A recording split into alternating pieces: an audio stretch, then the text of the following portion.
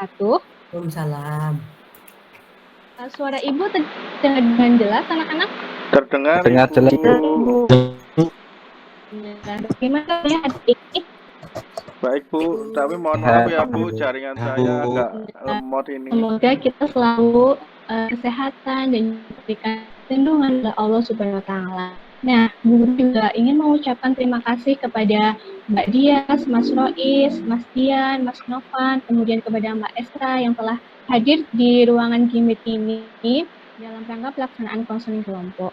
Nah, kenapa kalian Bu Guru kumpulkan di sini? Karena mengingat minggu lalu Bu Guru pernah memberikan angket tentang ketergantungan HP. Masih ingat kan? Ya, Ibu. Masih ingat, Bu. Nah, ternyata kalian adalah anak-anak yang terpilih untuk mengikuti konseling kelompok. Nah, sebelum kita mulai kegiatan konseling kelompok pada sore hari ini, alangkah baiknya jika kita memulainya dengan berdoa terlebih dahulu. Bisa dipimpin oleh Mas Rois. Silakan Mas Rois. Baik, terima kasih Ibu. Sebelum kita mulai kegiatan hari ini, marilah kita berdoa terlebih dahulu agar kita semua dapat memperoleh ilmu yang bermanfaat. Berdoa dimulai. Berdoa selesai. Nah, terima kasih Mas Rois. Nah, anak-anak semua, apakah di sini ada yang pernah mengikuti konseling kelompok sebelumnya? Baru dengar Ibu. Baru ikut ini Bu. Baiklah, Baru ikut. Bu Guru. Oh iya. Baik, Ibu akan jelaskan secara singkat apa itu konseling kelompok. Nah, konseling kelompok itu yaitu merupakan suatu upaya bantuan yang diberikan kepada individu dalam suasana kelompok yang bersifat untuk pencegahan, kemudian dalam rangka pengoptimalan potensi diri. Nah, format kegiatan konseling kelompok ini tentu saja dalam keadaan kelompok seperti ini. Kemudian apa saja sih peran anggota kelompok dalam konseling kelompok ini? Nah, peran anggota kelompok ini nanti kalian harus berpartisipasi aktif, kemudian kalian aktif dalam mengemukakan permasalahannya, mengemukakan ide atau pendapat, kemudian mengemukakan tentang rancangan solusi, kemudian juga tahap dalam konseling kelompok itu ada tahap awal, tahap peralihan, tahap kerja, dan tahap pengakhiran. Kemudian juga di konseling kelompok ini juga ada asas yang harus kita patuhi bersama-sama. Yang pertama yaitu asas kerahasiaan. Nah, kalian di sini jangan ragu ketika mengungkapkan permasalahan kalian karena ada asas kerahasiaan yang pastinya nanti akan menjaga kerahasiaan permasalahan kalian. Jadi kalian tidak usah malu-malu atau merasa takut ketika mengungkapkan permasalahan.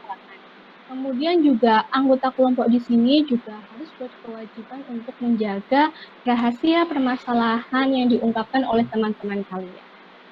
Nah, kemudian yang kedua yaitu asas kesukarelaan. Nah, dalam menyampaikan permasalahan nanti, kalian harus secara sadar suka dan sukarela dalam mengemukakan permasalahan kalian. Karena di sini kita akan berdiskusi, mengemukakan pendapat, kemudian mencari solusi yang terbaik. Kemudian selanjutnya yaitu ada asas keterbukaan. Nah, diharapkan nanti kalian tidak usah khawatir atau ragu-ragu.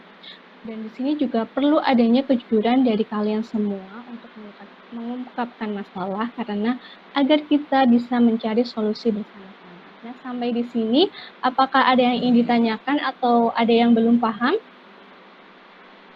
Paham, Ibu. Sudah paham, Bu. Alhamdulillah kalau sudah paham. Nah, untuk konseling kelompok ini kita sepakati bahwa pertemuan hari ini yaitu selama 30 menit ya. Sepakat semuanya? Sepakat, Ibu. Sepakat, Ibu. Baik.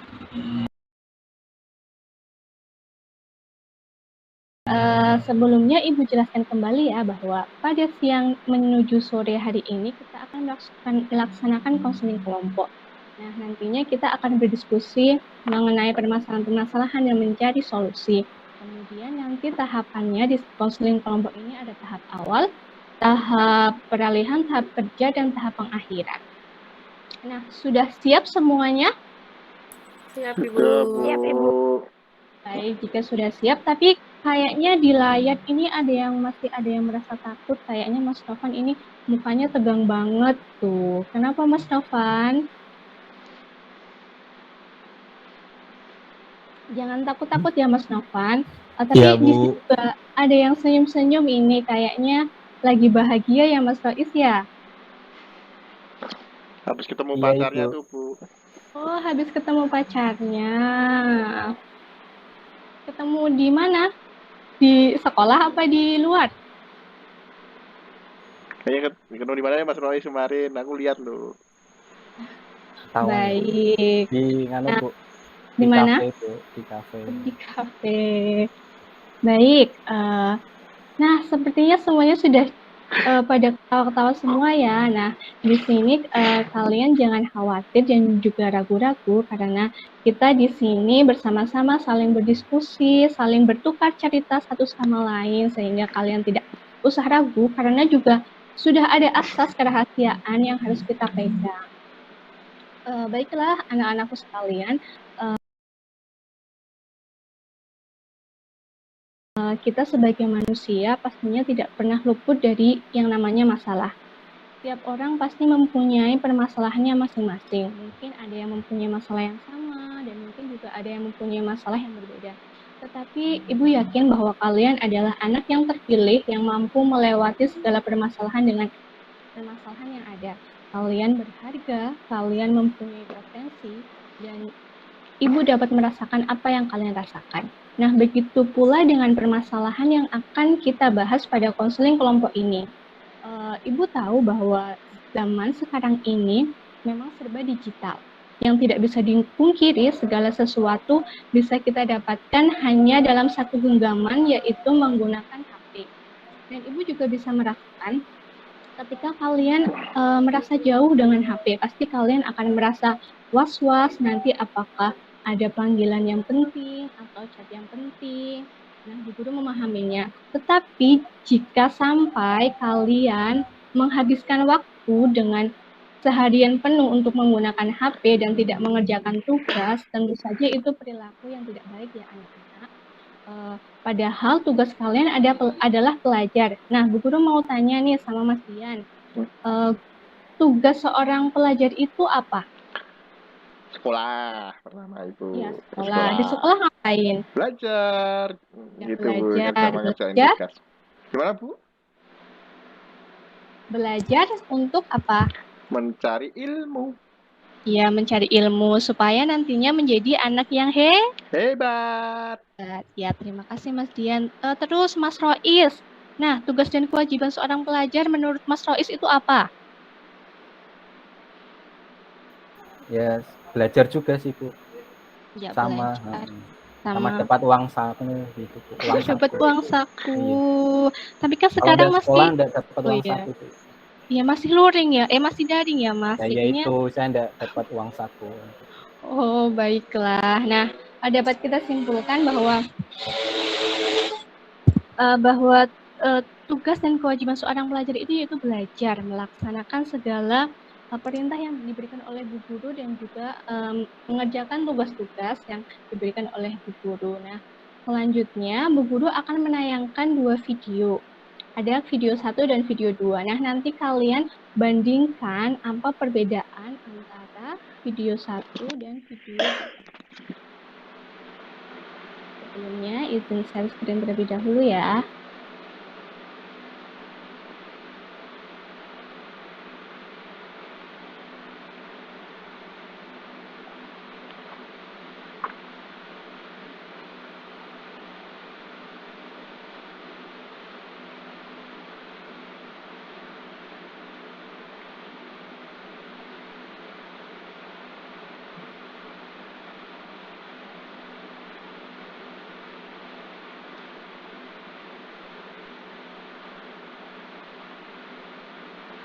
Belum keluar, Bu.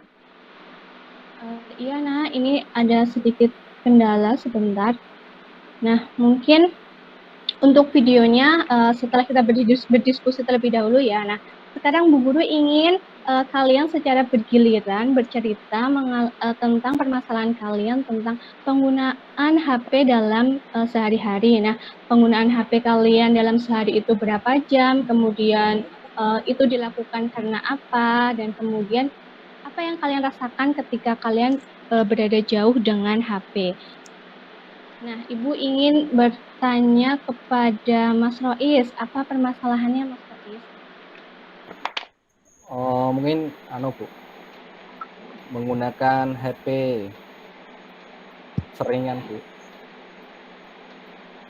Gitu. Kan saya kan punya pacar gitu Bu, kan sering chattingan gitu sampai malam gitu Bu.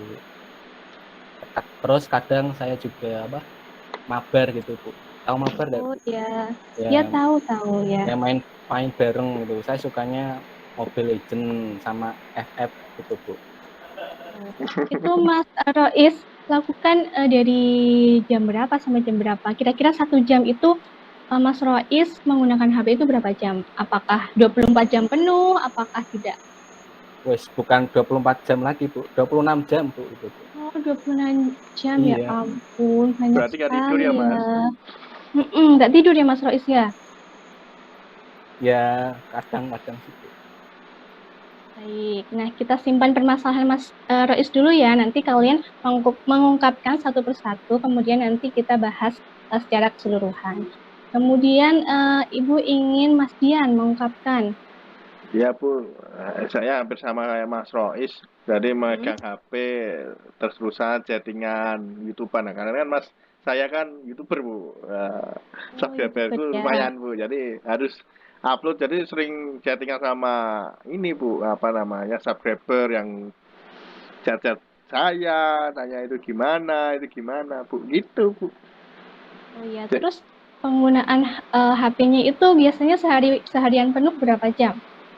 Ya, kalau seharian sih sekitar 8 sampai 9 jam, Bu. Tapi kadang ya sampai malam juga sih, Bu, hampir ya itu ya hampir 23 jam lah, Bu. 1 jamnya buat tidur. Gitu, Bu. Banyak sekali ya 23 jam. Apakah itu matanya nggak lelah, Nak Dian? Ya lelah, Bu. Ini sampai kacamatanan kan lelah, Bu, jadinya. Ya, baik. Selanjutnya, Mbak Dia, silahkan mengungkapkan. Iya Ibu, ya kegiatan saya ini kan sekarang pas nggak lagi sekolah, nggak sekolah ke sekolah gitu kan Ibu. Jadi ya kegiatan saya habis belajar kayak gini, ya tetap aja dilanjutin HP-an terus gitu. Chattingan sama Mas Rois juga ya, di Mbak? sekolah. Enggak, kan pacarku bukan Mas Rois. Oh, bukan. Nah. Ya, Mas. Pacarnya Mas Arif. Oh, Mas Iya. Arif. Wahid saya itu. Oh, saya panjatkan. Oh, ya. Lanjut. Berarti penggunaan HP-nya itu seharian penuh, Mbak Dias, apa enggak?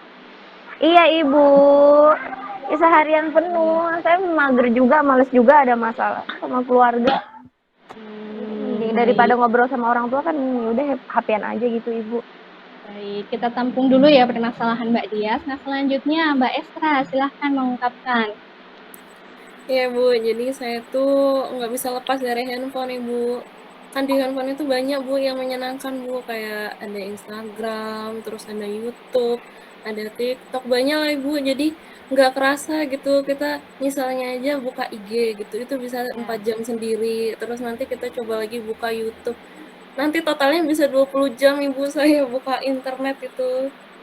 Jadi saya emang bergantung banget pakai HP-nya. Baik. Kita tampung dulu ya permasalahan Mbak Estra. Tadi penggunaan HP dalam sehari itu selama 20 jam. Nah, yang terakhir Mas Novan, coba ungkapkan permasalahan tentang penggunaan HP. Ya Bu, kalau saya itu nggak bisa lepas Bu dari HP Bu. Bisa dikatakan sama kayak Mas Rois lebih dari 24 jam Bu. Karena kan saya orangnya sosialita Bu. Iya. Apa-apa mau di live-in Bu, live streaming. Baik. Terus kira-kira seharian penuh berapa jam yang Mas Novan habiskan untuk menggunakan HP? Kadang Bu bisa sampai 24 jam lebih Bu.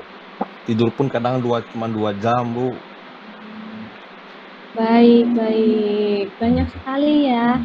Nah, tadi kan kelima anak ini sudah mengungkapkan dari Mas Dian, Mas Rois, Mbak Dias, Mbak Estra sudah mengungkapkan permasalahannya.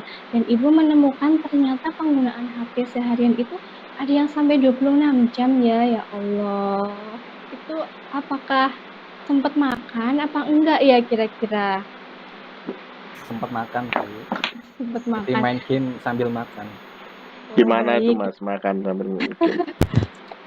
Mas Rois makan mie terus tuh Bu, jarang makan nasi. Nggak boleh Mas Rois ya. Kan kamu masih masa pertumbuhan, jadinya harus makanan yang bergizi, makan makanan bergizi ya. Nah, sekarang kita bisa bertukar pendapat, saling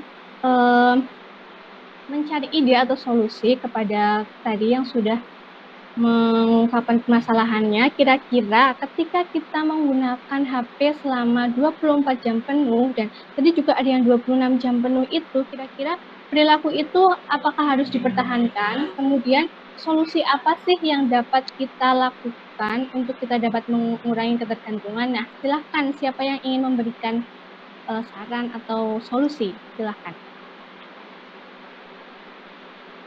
Saran ke siapa Bebas. Bu? Boleh Mbak Dias dulu, Mas Mungkin Rois. itu Ibu, Ya, apa Mbak Esta, silakan. perlu membatasi dulu Ibu, jadi nggak langsung berhenti tapi dikurangin dulu Ibu. Misalnya kayak saya kan 20 jam tuh Ibu, bisa jadi misalnya 15 jam atau 10 jam dulu gitu Ibu. Terus sisanya kan bisa kita pakai buat belajar gitu Ibu, jadi kita nggak tertinggal. Iya, bagus. Jadi kita mengurangi penggunaan HP ya, harus dikurangi berapa jam setiap harinya. Terus waktu yang kita gunakan bisa untuk waktu belajar. Bagus sekali Mbak Esra. Nah, selanjutnya silahkan Mas Rois memberikan solusi tentang permasalahan yang tadi teman kalian ungkapkan. Oh, mungkin apa ya? Mengatur jadwalnya gitu Bu. Kapan kita Oke. belajar, kan kita kan masih siswa ya Bu. Kapan kita bermain game gitu. Ya intinya kita harus pintar-pintar mengatur waktunya gitu.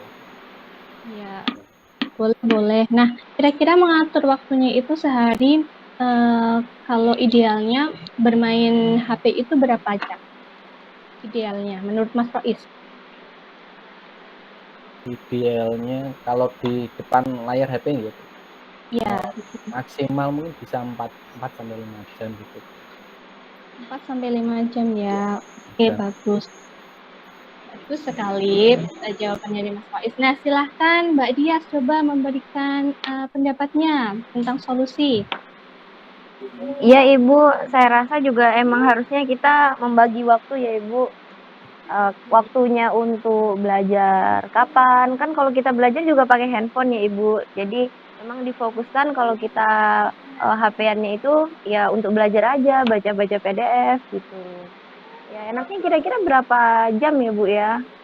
8 jam untuk menggunakan HP itu untuk belajar plus kegiatan yang lain, kira-kira cocok nggak ya Bu?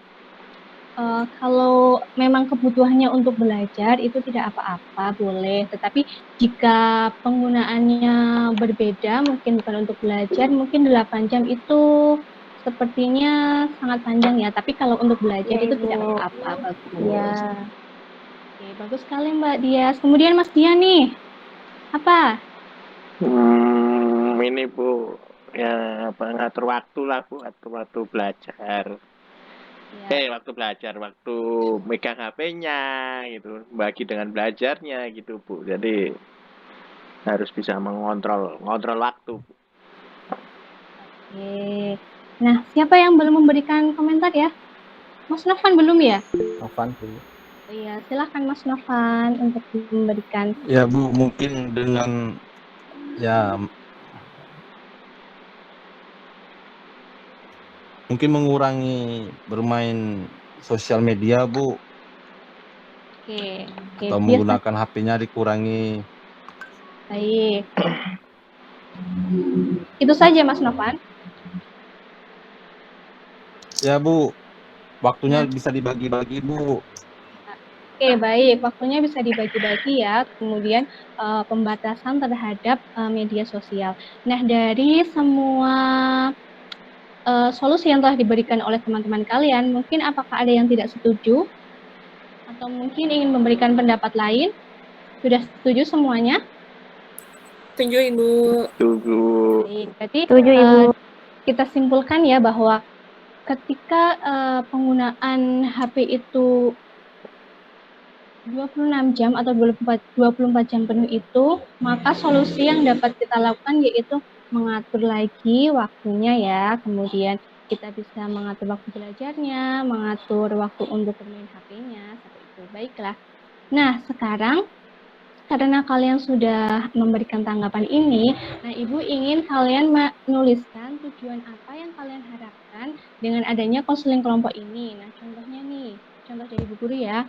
Dengan adanya konseling kelompok ini, saya berharap bisa mengurangi penggunaan HP sehingga bisa fokus belajar lagi. Nanti kalian bisa tempelkan di pohon harapan. Nah, ini pre-memori ya teman-teman. Nah, selanjutnya setelah Bu Guru melihat dan menganalisis permasalahan dari kalian, Bu Guru akan menggunakan teknik staff management. Nah, selanjutnya dari penggunaan HP itu pasti kan ada dampak positif dan dampak negatifnya ya. Nah, menurut Mbak Dias nih, apa saja dampak positif dan dampak negatif dari penggunaan HP? Silahkan. Kalau dampak positifnya penggunaan HP, kalau benar-benar kita pergunakan sebaik-baiknya, kita bisa buat belajar, Ibu. Terus juga belajarnya nggak cuma sendiri, bisa juga berkelompok. Bisa kita baca PDF, bisa diskusi sama teman. Kalau dampak negatifnya, kalau kita cuma buka WA doang, TikTok doang, ya cuma main-main aja kan, Bu. Akhirnya waktu kita terbuang. Baik. Untuk dampak negatifnya mungkin? Iya, dampak negatifnya waktu kita jadi terbuang, Ibu, karena cuma main handphone doang, dan yang kita cari di HP kan kadang nggak semuanya baik, Bu. Oke, baik. Nah, mungkin ada teman-teman yang lain yang ingin menambahkan. Kira-kira apa saja dampak negatif dan positif penggunaan HP? Saya, Bu. Oke, Mas Dian, silahkan.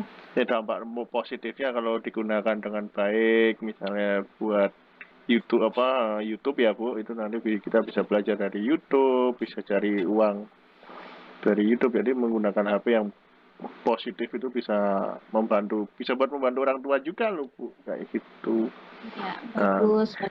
Negatifnya ya nanti kita jadi kecanduan, jadi mau main game pegang HP terus, jauh dari HP nggak bisa, HP ketinggalan gitu nanti, wah HP ku mana ya, nah itu kan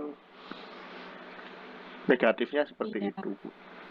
Negatifnya itu ya, ketergantungan itu ya, kalian tidak bisa menghindari ketergantungan. Nah, Mbak Esra mungkin ada yang mungkin ditambahkan dari dampak positif dan negatif? Ya Bu, kalau dampak positifnya itu ya itu tadi Bu, kita bisa memanfaatkan media-media yang ada, itu seperti YouTube itu kan kita bisa lihat ya Bu, gimana misalnya cara ngerjain matematika itu kalau kita kesulitan.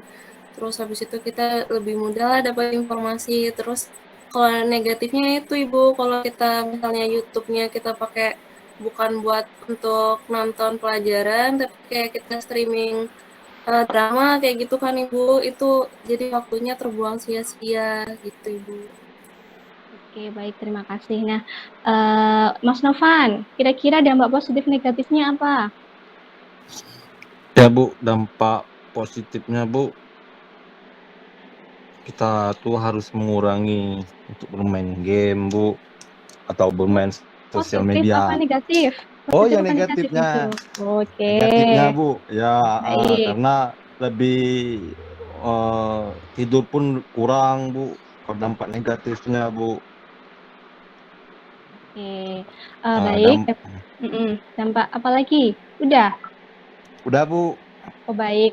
Nah Ibu simpulkan ya, ternyata dampak negatif yang sudah kalian utarakan itu ternyata itu ya membuang waktu gitu, banyak terbuang waktunya kalian. Sedangkan dampak positifnya itu juga sepertinya juga banyak ya untuk belajar. Ketika kalian bisa menggunakan secara positif itu bisa untuk menambah wawasan, seperti itu. Nah, bagus sekali pendapat dari teman-teman. Nah, Bu Guru mengingatkan kembali dan memberikan saran bahwa dari dampak positif, tentu saja pasti ada dampak negatif yang mungkin jauh lebih besar. Nah, Ibu ingin memberikan saran bahwa ketika kalian bisa menyingkirkan dampak negatifnya, karena dampak negatif penggunaan HP itu ketika kalian 26 jam penuh itu pasti kalian akan merasa pusing ya. Ada yang merasa pusing nggak kalau kalian menggunakan HP 26 jam penuh? Iya, Pusing, Bu. Pusing, Ibu, Bu. Pusing, Bu. mata Nah, panas itu Ibu. Pusing, Bu. betul sekali. Nah, Pusing. itu kan bisa membuat badan kalian juga tidak menjadi sehat ya. Kemudian Ya Ibu. ya membuang-buang waktu yang waktunya itu bisa kalian untuk mengerjakan tugas, tapi malah kalian bermain HP. Kemudian ketika kalian sudah mempunyai hobi, kalian juga bisa mengatur waktu luang kalian dengan menekuni hobi kalian daripada menggunakan HP seperti itu ya. Nah, sampai di sini, apakah ada yang mungkin Ibu ingin disampaikan atau masih ada yang belum paham? Sudah, Bu. Sudah Sudah. paham, Ibu. Baik. Nah, selanjutnya nanti Ibu akan memberikan buku saku ya. Nanti Ibu akan kirim linknya. Nah, di buku saku itu kalian bisa menuliskan durasi penggunaan HP kalian itu sehari ada berapa jam. Nah, kita lihat nanti apakah durasinya menurun atau tidak. Seperti itu ya anak-anak. Nah, sekarang Bu Guru ingin dari salah satu kalian nih memberikan contoh nyata tentang kasus remaja yang mungkin dalam kesehariannya itu menggunakan HP 24 jam penuh kemudian menimbulkan dampak negatifnya. Nah, contohnya saja nih, Bu Guru punya teman. Teman Bu Guru itu setiap hari selama 30 jam itu menggunakan HP. Kemudian itu matanya menjadi merah-merah dan ternyata setelah diperiksa itu saraf-sarafnya itu ternyata rusak. Nah, apakah kalian mempunyai pengalaman atau mungkin ada tetangga kalian atau mungkin diri kalian sendiri punya pengalaman seperti itu? Silahkan, Mbak Dias mungkin ada pengalaman Iya, seperti saya itu? Ibu. Iya, Mbak Dias. Iya, saya mengalami seperti itu Ibu. Ya kemarin waktu saya belajar sangat giat sekali, saya tuh hampir ya memang 24 jam itu Bu, saya megang handphone terus gitu. Jadi akhirnya mata saya panas. Banyak banget Ibu, dari 1 jadi 1,75 itu kan parah banget. Terus ya badan saya juga jadi ini nggak enak badan soalnya handphone mulu, jadi rebahan mulu gitu Ibu. Berarti itu ya Mbak Dias, kesehatan Mbak Dias jadi menurun ya Mbak? Iya Ibu. Oke, baik. Nah, karena waktunya sudah mau habis, karena kesepakatan kita 30 menit, nanti untuk perancangan solusi dan juga ada punishment dan reward, nanti kita akan adakan di pertemuan selanjutnya, yaitu pada hari Selasa ya anak-anak. Nah, nanti juga kalian jangan lupa mengerjakan tugas saku yang telah Ibu berikan. Nah, tidak terasa sampailah kita pada tahap akhir konseling, yang artinya proses konseling ini akan kita akhiri. Nah, dari proses konseling kelompok ini tadi, coba ungkapkan kembali apa saja diskusi pembicaraan kita tadi. Coba Mbak Dia, silahkan. Iya, tadi kita berdiskusi tentang penggunaan waktu kita, dan kebanyakan dari kita ya bermasalah di penggunaan handphone itu Bu. Ada yang 26 jam, dalam arti ya iya sehari penuh gitu. Nah, sehingga ya kita perlu memanajemen waktu supaya bisa membagi kapan waktunya istirahat, kapan waktunya main handphone, dan kalaupun main handphone ya untuk hal-hal yang penting saja seperti belajar atau komunikasi dengan teman seperlunya aja gitu Ibu. Baik, terima kasih Mbak Dias. Bagus sekali kesimpulannya. Nah, betul sekali ya teman-teman, anak-anakku semuanya, bahwa tadi kita sudah membahas kita harus mengatur waktu kita. Kemudian ada dampak negatif dan positif dan negatif juga di penggunaan HP. Kemudian kalian juga tadi sudah memberikan saran dan solusi kepada teman-teman kalian yang menggunakan HP selama 24 jam penuh. Nah, jangan lupa Ibu Guru ingatkan untuk kalian nanti bisa mengerjakan tugas yang Ibu berikan nanti ya di buku saku. Nah, Bu Guru ingin memberikan, ingin kalian mengungkapkan kesan-pesan dalam konseling kelompok ini bagaimana? Silakan Mas Novan, kesan-pesannya konseling kelompok ini bagaimana? Dengan pesan-pesan konseling kelompok dengan Ibu menyenangkan Bu, dan bisa mendapatkan solusi dari teman-teman dengan berbagai masalah yang saya hadapi Bu. Mungkin seperti itu Bu. Oke, alhamdulillah. Terima kasih ya Mas Novan. Kemudian Ibu menginginkan selanjutnya agar kita ke pertemuan selanjutnya, Overtime. semoga kita dapat melaksanakan konseling kelompok kembali dan semoga permasalahan kalian berkurang. Nah, untuk diakhiri, kita mari sama-sama berdoa bersama. Berdoa menurut keyakinan masing-masing dimulai. Selesai. Terima kasih anak-anakku semuanya. Wassalamualaikum warahmatullahi wabarakatuh. Waalaikumsalam Waalaikumsalam warahmatullahi wabarakatuh. 30:37. Masih sisa waktunya. Overtime Bu, di tempat saya udah 34. Oh ya, oke. Monggo.